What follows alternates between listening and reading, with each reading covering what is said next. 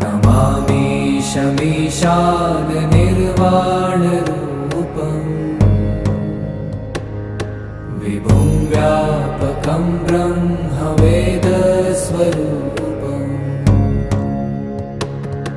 निजं निर्गुणं निर्विकल्पं निरीहम्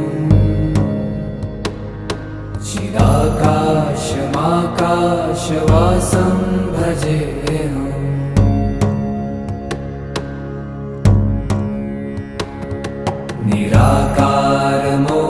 निराकारमोङ्कारमूलं तुरीयम्